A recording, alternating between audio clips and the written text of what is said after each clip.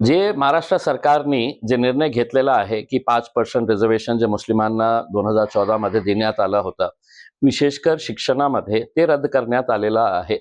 मला काही आश्चर्य वाटत नाही आहे, कारण सरकारने असं धोरण या देशामध्ये तयार केलेला आहे की आम्हाला मुस्लिम समाजाची काही देणं घेणं नाही आहे.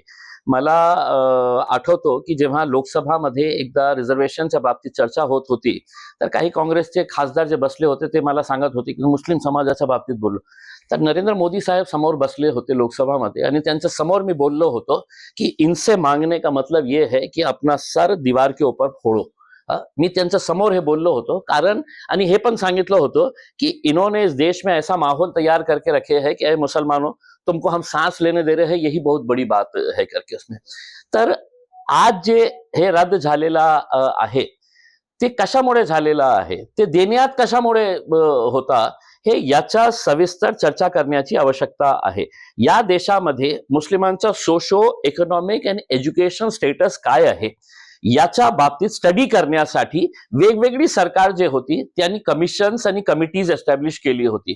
आपल्याला माहित असेल सच्चर कमिशन आला होता, त्याच्यानंतर रंगनाथ कमिशन आला होता, मेहमूदुर रहमान कमिटी आली होती, कुंडू कमिटी आली होती आणि याच्या व्यतिरिक्त अनेक सारे कमिटीज आणि कमिशन्सने रिपोर्ट दिले होते.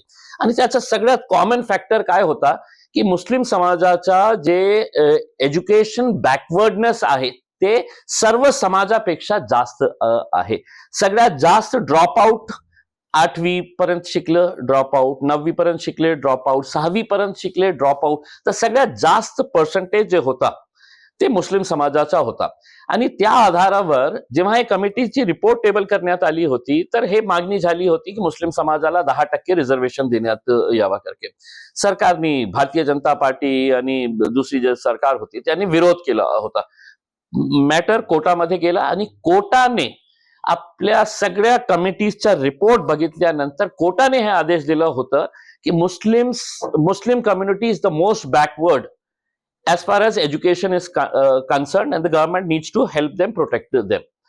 म्हणून कोर्टाने सांगितलं होतं की 10% ची मागणी होती, 5% एज्युकेशन मध्ये देण्यात यावं.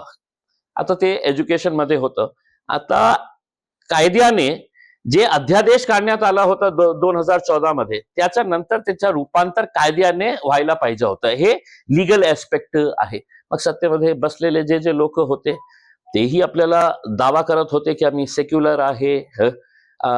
त्यांची जबाबदारी होती की त्याला एक बिल आणून ते ऍक्ट मध्ये रूपांतर करायला पाहिजे होतं. त्यांनी तसं केलं नाही. आता भारतीय जनता पार्टी, एकनाथ शिंदे, अजितदादांची जे सरकार आहे ते वाट बघत होते की कधी मुसलमानांना याच्यातून काढून घ्यावं आणि त्यांना रस्त्यावर आणावं. मी सरकारला स्पष्टपणे सांगतो की जेव्हा रात्री मी हे बघितलं, मी एक ट्विट केलं आणि त्याच्यामध्ये सांगितलं की आम्ही आमच्या समाजाची जबाबदारी आता घेणार आहे. तुम्ही हे समजू नका की मुस्लिमांचं 5% रिझर्वेशन काढलेलं आहे तर ते रस्त्यावर येणार आहे. नाही, आज जे आहे, जेव्हा जेव्हा तुम्ही मुस्लिम समाजाला शिक्षणापासून दूर करण्याचा प्रयत्न करत आहे, तुम्ही बघा UPSC मध्ये मुस्लिम समाजाच्या मुला मुलींचा पर्सेंटेज वाढत चाललेला आहे. डॉक्टर्सची संख्या वाढत चाललेली आहे, इंजिनियर्स वाढत चाललेले आहे. तुम्ही त्यांना जितकं दबाने की कोशिश कर रहे हैं वो उतना है तो जिद के अंदर आकर पड़ रहे हैं. आता तुम्ही हे काढलेलं आहे, आम्ही बघू आता काय करायचं आहे लीगली आणि सरकारकडून काय अपेक्षा ठेवावी, कमीत कमी त्यांच्याशी बोलू. सर, स्पेसिफिक याला जबाबदार कोण आहे तुम्हाला म्हणायचं? कोई तो पर्सन रहेगा, कोई तरी पार्टी रहेगी, कोई तो सरकार रहेगा, कोई तो विरोधी पक्ष रहेगा. काय आहे की आज आपल्याला मुस्लिम समाजाचे हितचिंतक म्हणणारे कोण आहे? तर काँग्रेस आहे, एनसीपी आहे, दोघं एनसीपी. कारण आज दादा आहे नाही, दिवंगत आहे, आम्ही श्रद्धांजली देतो त्यांना, पण तेही आपल्याला सेक्युलर म्हणायचे. विधानसभेमध्ये बसणारे समाजवादी पार्टीचेही हे लोक होते. त्यांची हे जबाबदारी होती की त्यांनी तिथे एक बिल आणून ते रूपांतर करण्याची आवश्यकता होती कायद्याने, पण तसं त्यांनी केलेलं नाही आहे. आपल्याला संख्याबळ लागतं आणि ते संख्याबळ ऑपोजिशन सगळं एकत्र आलं असतं आणि त्याच्या लीड हे सो कॉल्ड सेक्युलर पार्टीजने घेतलं असतं तर बहुतेक त्या अध्यादेशाचा आपण कायद्याने रूपांतर केलं असतं आणि आज ही वेळ आली नसती.